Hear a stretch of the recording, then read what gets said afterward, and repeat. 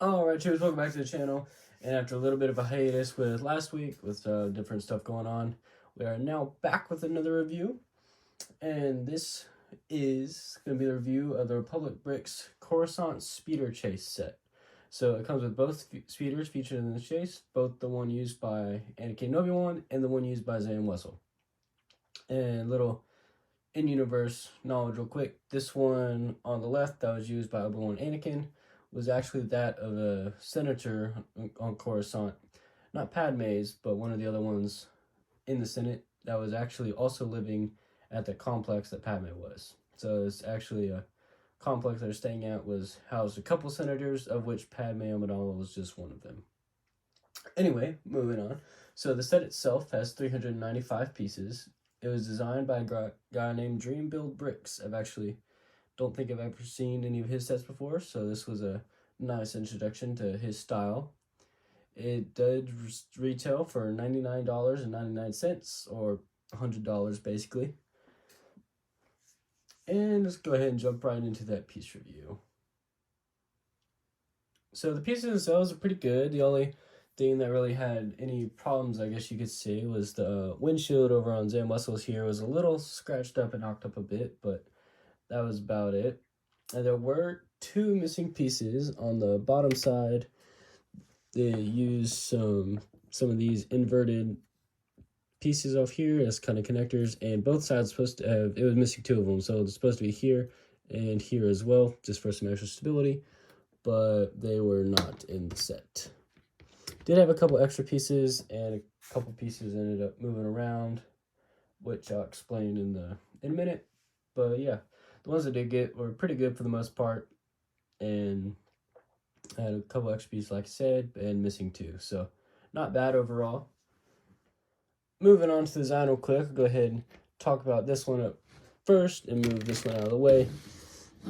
So this one, which is the one that Anakin and Obi-Wan used, is very fragile. You can see even just this light movement on the bottom down here, of which actually both this piece and these pieces are attached, but only one spot. So these right here, which I actually had to make a little adjustment to, which I'll explain in just a second, are attached to this 1x2 brick with the side plates, and this is actually attached in the back via that yellowish tile.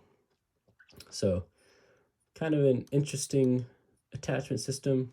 And actually this part right here comes off, and it's divided into two different sections, this rear section and this front section. And actually, the way it was supposed to be built, this front section did not connect at all. It just hovered with this assembly hanging off the front. So I actually had to make some different adjustments to it to make it fit. One of which was this 1x2 piece right here, slope on it. I actually had a yellow one, so this green one like that, and then had a yellow one flipped to this other side like that, and it was actually attached by this corner 2x2 brick right there, and attached differently. But to make it work, I had to flip it just so we could actually attach that frontal piece to it. So it is pretty upsetting, honestly, a little unfortunate about it, but other than that, it's relatively decent. This engine piece at the front took a little bit to get together, but it did pretty good. Go ahead and move that aside. Bring in this one. This one overall is pretty good. It has these hinges to get the accurate sloping right. It does have the, just the wings as they are, as well as these fins on the back done pretty well. This section on the back is left open. In Universe it was not, but I mean there's not much that could have been done about it with the sets as they were to get the coloring right, which I'll explain in a minute. And then this part is open as well. Also not really something you can do in Lego form, but something that would have been done closed in Universe.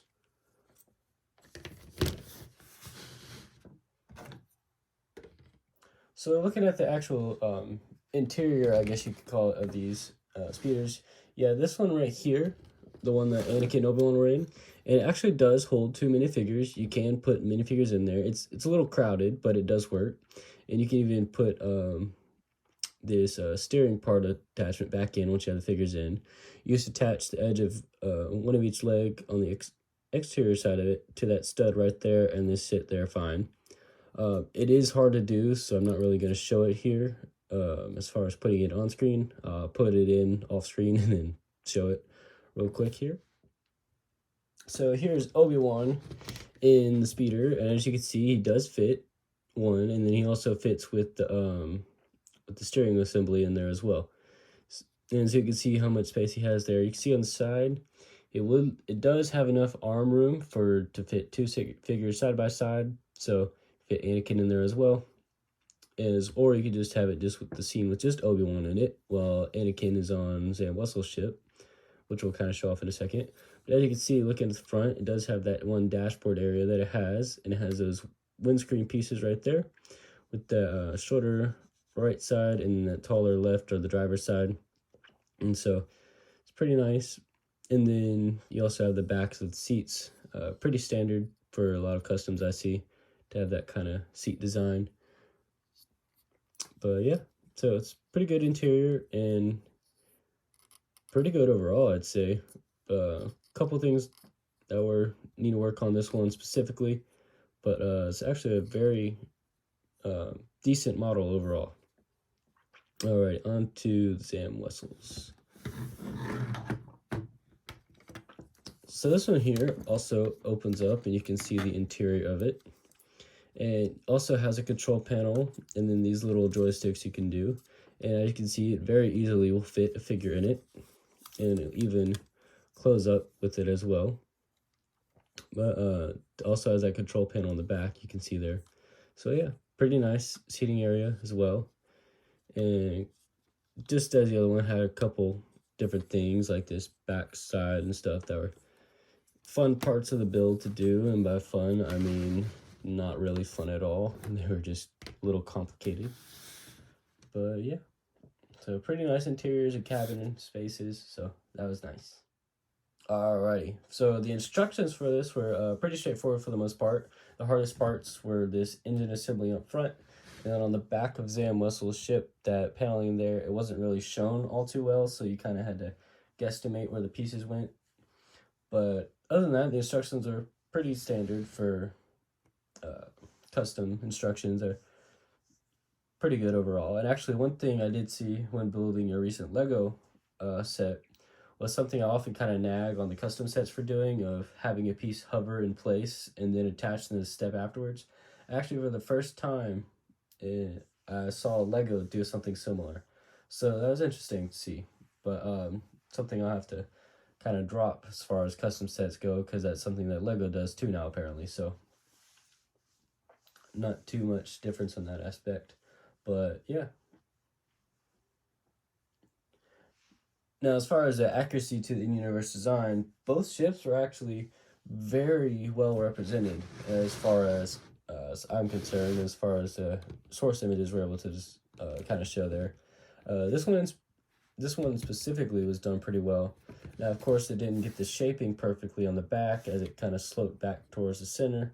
But as far as coloring and stuff like that, they did pretty well.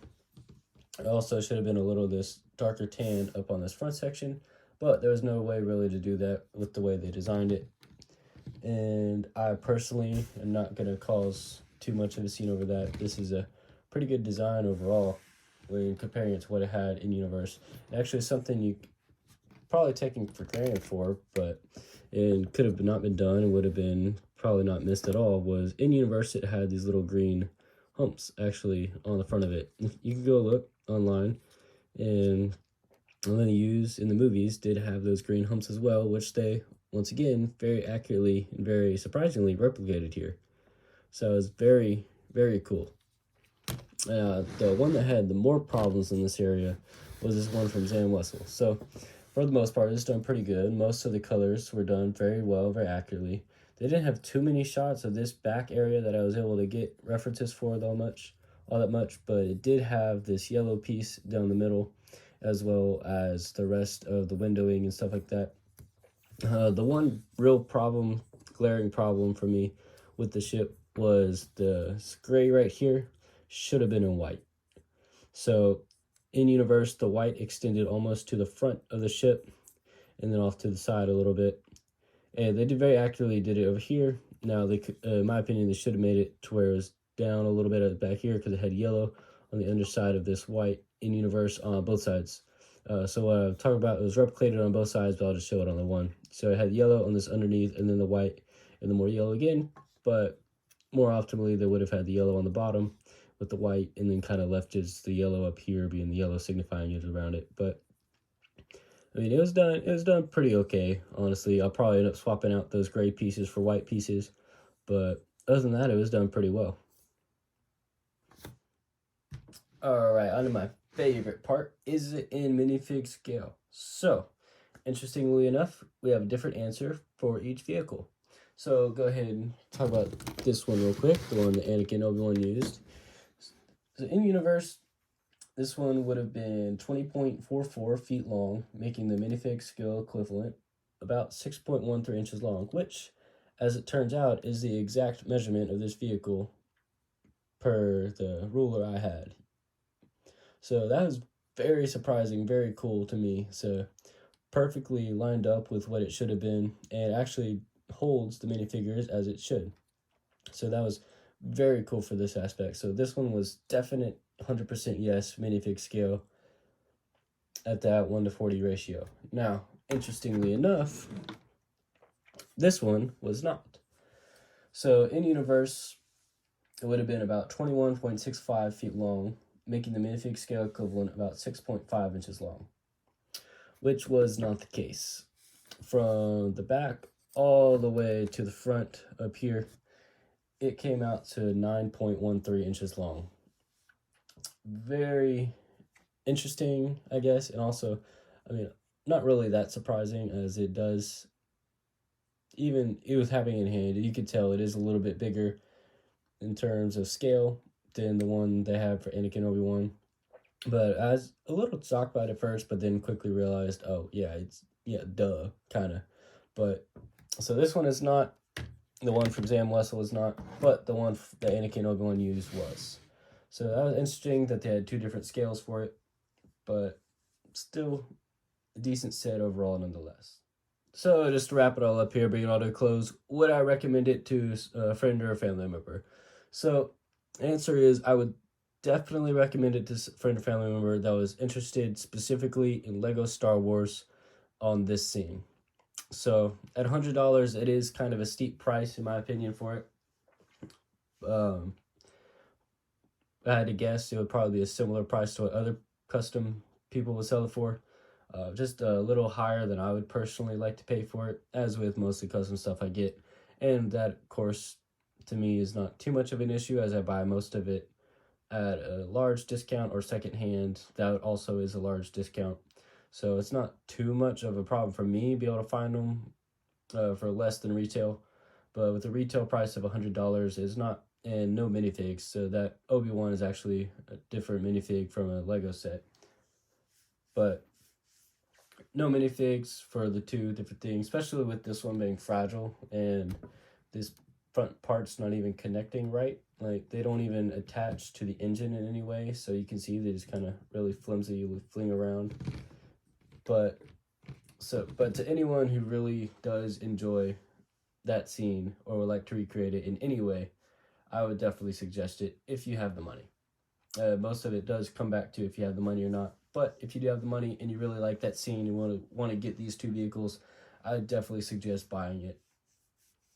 And if you're part of his membership program, you'll get it with a discount of 10% up to 15%. So not a bad way to get it for $90 or less. But yeah. So yeah, that's my review on it, guys. If you liked the review, don't forget to like, comment, and share. And I will see you all next week.